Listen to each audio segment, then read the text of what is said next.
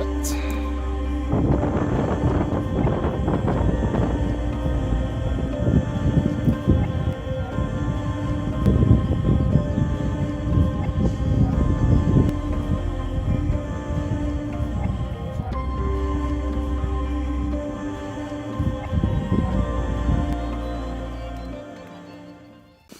Well, good evening all. As you may well have noticed, I've bought another tent. This one is years old. I think it must be over 10 years old probably, judging by when it was last produced. It's a Rab Summit Extreme, and I got it second hand on eBay from a guy down in England called Andy, funnily enough. And it's in very good nick, got it at a good price, but £250, which I thought was not too bad. But anyway, it's obviously not on the market anymore, but you do get the Rab Summit. Latok Summit I think is the closest one now. This has a couple more features on it than the newer one, which is pared down a wee bit more.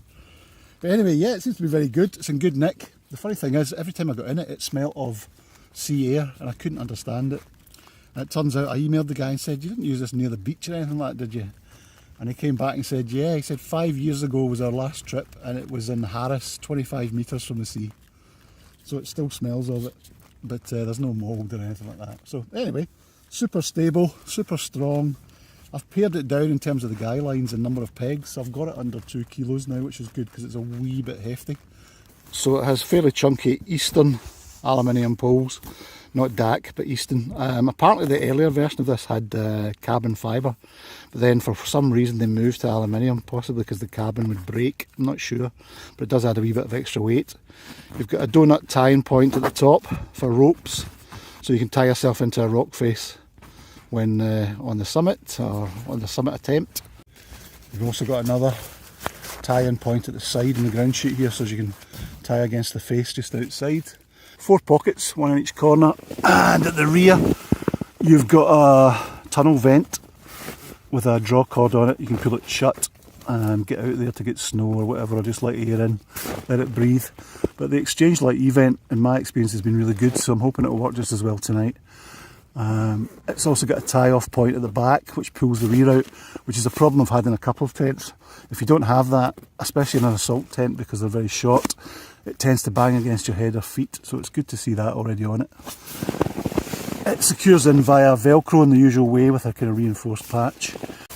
The poles themselves, the ends pop into little female end of press studs, very similar to, in fact exactly the same as Black Diamond use.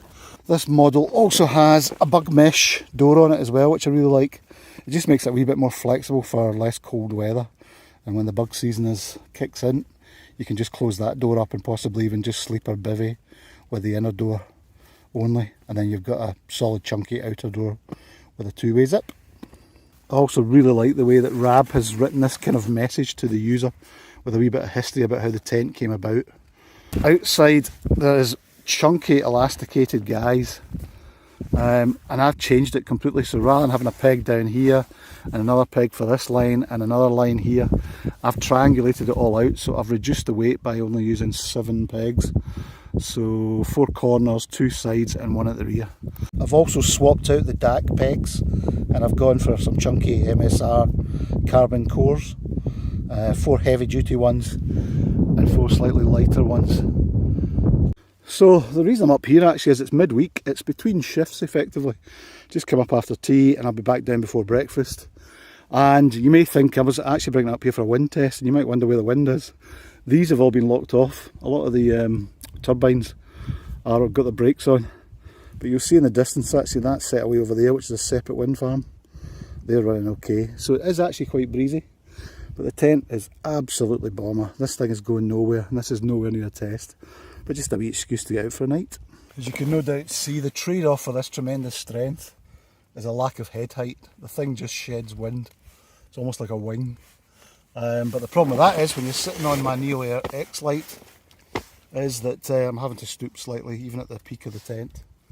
The actual floor space when you're in and lying down is okay. I tried it with my wife and it's a nice width, and you'd probably be okay once you're down and sleeping, but yeah, very, very tight, very cramped, but I don't mind that. It's really just as a bunker.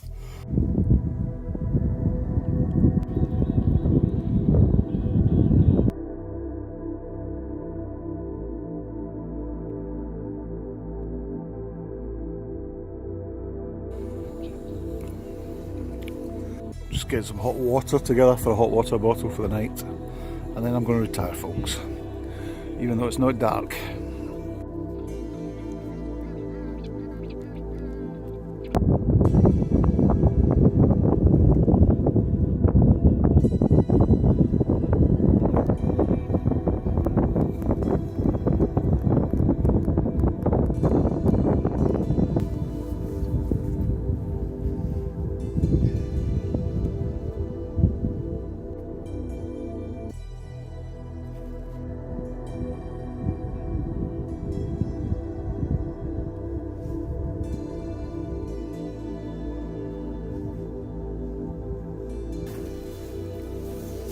Okay, that's me in for the night.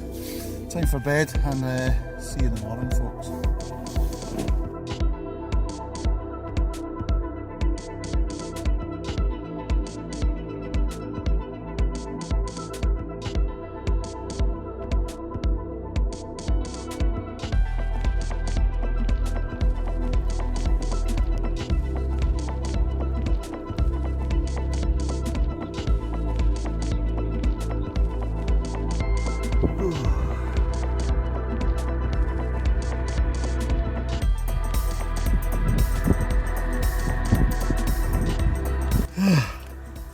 I think I underestimated how cold it would be last night.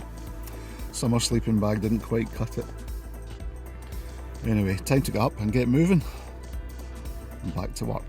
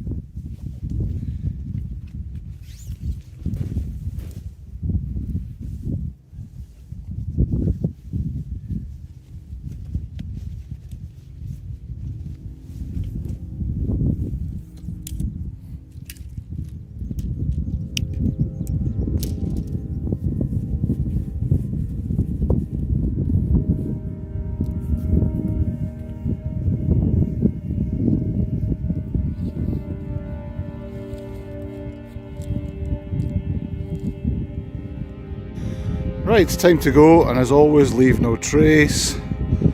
So thank you very much for watching, everybody. This wee quick overnight bivvy. Tent was okay, actually. It was pretty solid. It's a bit cramped, but that's what I expected. But anyway, a good wee bargain and a bit of a classic old tent. So until the next time, see you again soon.